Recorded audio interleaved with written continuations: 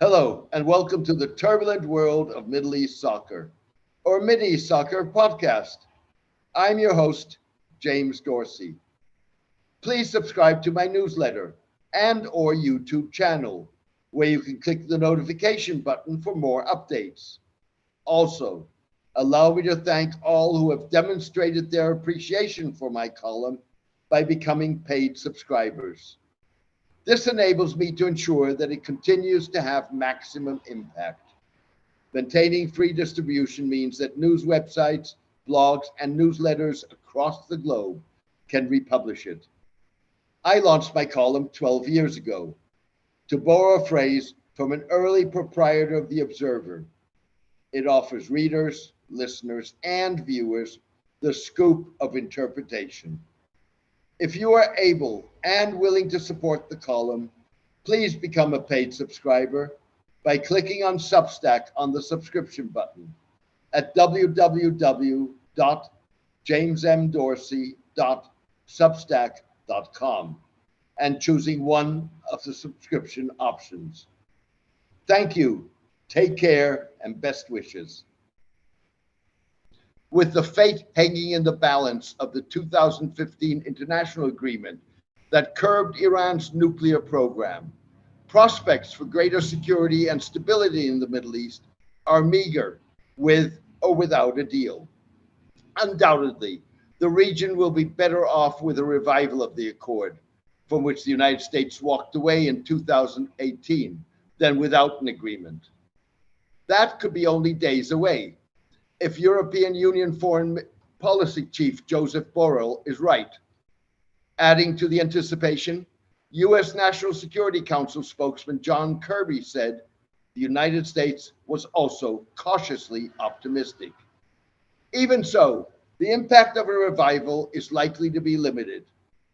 It is safe to assume that the covert war between Israel, bitterly opposed to a revival of the agreement, and Iran will continue, irrespective of whether Iran and the United States recommit to the deal. The war is being fought not only on Iranian and Israeli territory and cyberspace, but also in other parts of the Middle East, including Syria, Iraq, Lebanon, Gaza, and potentially Yemen.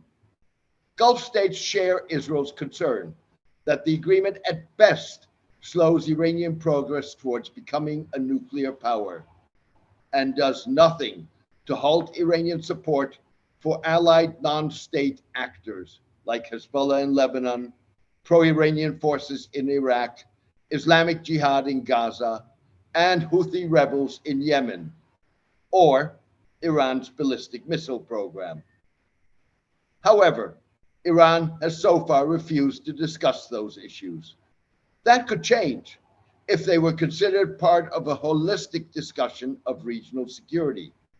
That, in turn, would have to involve all parties, including Israel and Turkey, and potentially be linked to security in the Eastern Mediterranean, the Caucasus, and South Asia.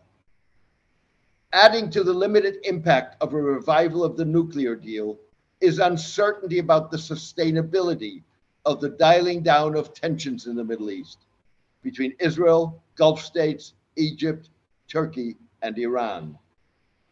The fragility of some of these relationships is evident in the slow progress of efforts to renew ties between Saudi Arabia and Iran, Turkey and Egypt, and differences and rivalries between various Middle Eastern players, including Turkey, Israel, and Iran, and the United Arab Emirates and Qatar, as they play out in countries like Afghanistan, Syria, Yemen, Libya, and Iraqi Kurdistan.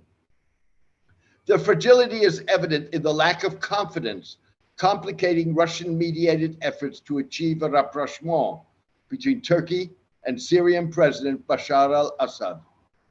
Moreover, the Russian attempt reverberates in the Gulf, where Qatar and Saudi Arabia oppose UAE endeavors to return Mr. al-Assad to the Arab fold, 11 years after Syrian membership in the Arab League was suspended because of the civil war. Add to that the proxy war between Iran, Turkey, and Israel, fought over the backs of Iraqi Kurds, and Iraqi-Turkish tensions because of Turkey's military operations in northern Iraq that target Turkish Kurdish rebels. Recent rocket attacks on a UAE-owned oil field in northern Iraq persuaded US contractors to abandon the project for a second time. Nobody has claimed responsibility for the attacks. Mitigating in favor of a firmer grounding of the reduction of regional tension is the fact that it is driven not only by economic factors, such as the economic transition in the Gulf and the economic crisis in Turkey, Iran, and Egypt, but also by geopolitics. China and Russia have spelled out that they would only entertain the possibility of greater engagement in regional security if Middle Eastern players take greater responsibility for managing regional conflicts, reducing tensions, and their own defense. Rhetoric aside, that is not different from what the United States, the provider of the Middle East security umbrella, is looking for in its attempts to rejigger its commitment to security in the Gulf. The implication is that a transition is inevitable in the longer term to a multilateral regional security architecture that could still have the US as its military backbone. The trend towards multilateralism will be driven as much by the strategic US focus on Asia, the effort to reduce European reliance on Russian energy in the wake of the invasion of Ukraine, and ultimately, Chinese unwillingness to be dependent on a hostile US for its energy security. The understandings and agreements between all regional states, including those that do not have diplomatic relations, such as Israel, Iran, and Saudi Arabia, needed to introduce a multilateral security arrangement would be paradigm shifting and tectonic. The sea change would have to be based on three principles enunciated this week by Indian Foreign Minister S. Jaishankar regarding his country's relations with China that are equally applicable in the Middle East: mutual sensitivity, mutual respect, and mutual interest. The understandings and agreements would have to involve credible abandonment of notions of regime change, recognition of the internationally recognized borders of all regional states, including Israel, non-aggression pacts, conflict management and conflict resolution mechanisms, arms control, a resolution of the Israeli-Palestinian conflict, and a nuclear-free zone, to name the most difficult and seemingly utopian ones. Israel is so far the Middle East's only nuclear state, even though it has never acknowledged its possession of nuclear weapons or signed the Non-Proliferation Treaty, NPT. Given its ambition to play a more prominent role, India could significantly enhance its influence in the Middle East and set the tone if it were willing to join the admittedly troubled 50-year-old pact. That would have to involve Pakistan also joining the NPT on the back of a genuine effort by both countries to resolve their differences and a halt to discriminatory anti-Muslim policies of the government of Indian Prime Minister Narendra Modi. Steps that seem as impossible as the moves that Middle Eastern states would need to make. The NPT's shortcomings, beyond the refusal of nuclear states like Israel, India, Pakistan, and North Korea to join the treaty, were highlighted when signatories disagreed on a review of the pact last month. Even so, a recent opinion poll in Saudi Arabia showed that India has some way to go in convincing the Middle East of its relevance compared to the United States, Russia, China, and Europe. Only 37% of those surveyed believed ties to India were important to the kingdom. India signaled its ambition to project power and membership in an elite club of nations with the commissioning this week of its first domestically built aircraft carrier, the INS Vikrant. The biggest obstacle to a more stable regional security architecture is the deep-seated hostility and distrust between Israel and Iran, against the backdrop of a seemingly inevitable nuclear arms race in which Saudi Arabia and Turkey would strive to obtain capabilities of their own. That race will be accelerated if efforts to revive the Iran nuclear deal fail, but will not be definitively thwarted if Iran and the United States recommit to the agreement. The fact that the fate of Iran's nuclear program is the switch at a Middle Eastern crossroads underscores the need to tackle sensitive issues head on, rather than kick the can down the road for opportunistic domestic political reasons. It also highlights the need for a concerted regional and international effort and confidence building measures inspired by the concessions they would entail. That in turn would require the political will to revisit issues without the debilitating lens of ideology, preconception, and prejudice. Iran's nuclear program is a case in point. Iran's leaders revived in the late 1980s the country's nuclear program as a result of the Iran-Iraq war. The program was initiated by the Shah in the 1960s and initially put on hold in the wake of the 1979 Islamic Revolution.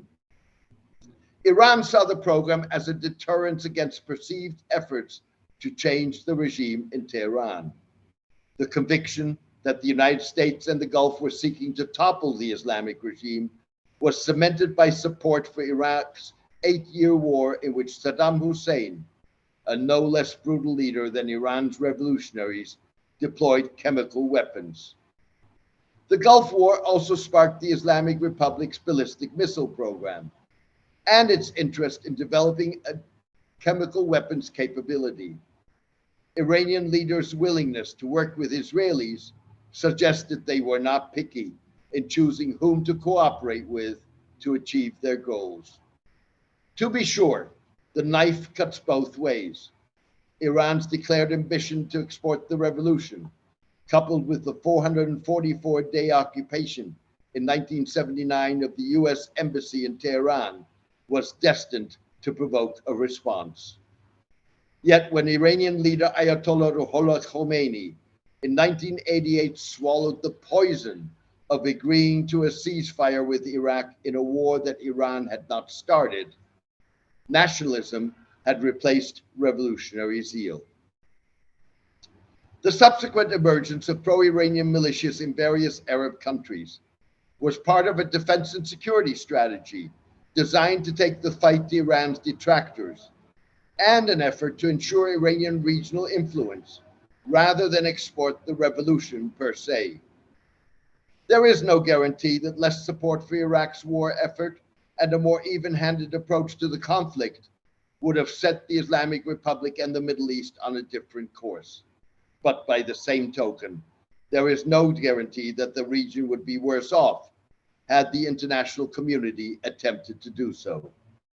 Whatever the case, the reality is that Iran today is at the very least close to becoming a nuclear threshold state, and will be one with or without a revival of the nuclear accord. That does not mean that the agreement has become irrelevant. On the contrary, its fate, no matter how flawed or problematic the accord is, will shape regional security in the foreseeable future. It will determine the environment in which confidence can or cannot be built, and understandings can be achieved on sensitive issues without which any attempted multilateral security architecture will either be impossible to construct or, if created, likely to collapse if it is not stillborn from the outset. A realistic assessment of what is possible could help kickstart a process to create a more sustainable basis for a dialing down of regional tensions. One such assessment would be a realistic evaluation of military options to halt Iran's nuclear program.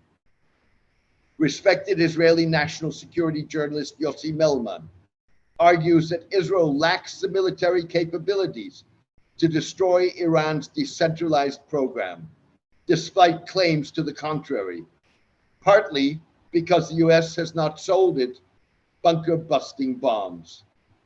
The United States is the only country with a military option against Iran, but has eschewed that route, Mr. Melman noted.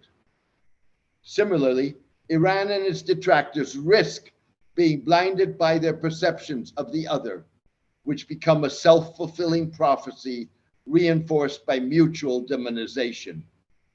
Mr. Melman notes that countries like Israel, India, Pakistan, and North Korea, determined to develop nuclear weapons, did so within 5 to 7 years. Iran revived its nuclear program more than 3 decades ago. How can we explain that 35 years after it launched its efforts, Iran still doesn't have a bomb, and it hasn't even passed the nuclear threshold? Mr. Melman asked in a recent analysis. Thank you for joining me today. I hope you enjoyed the podcast.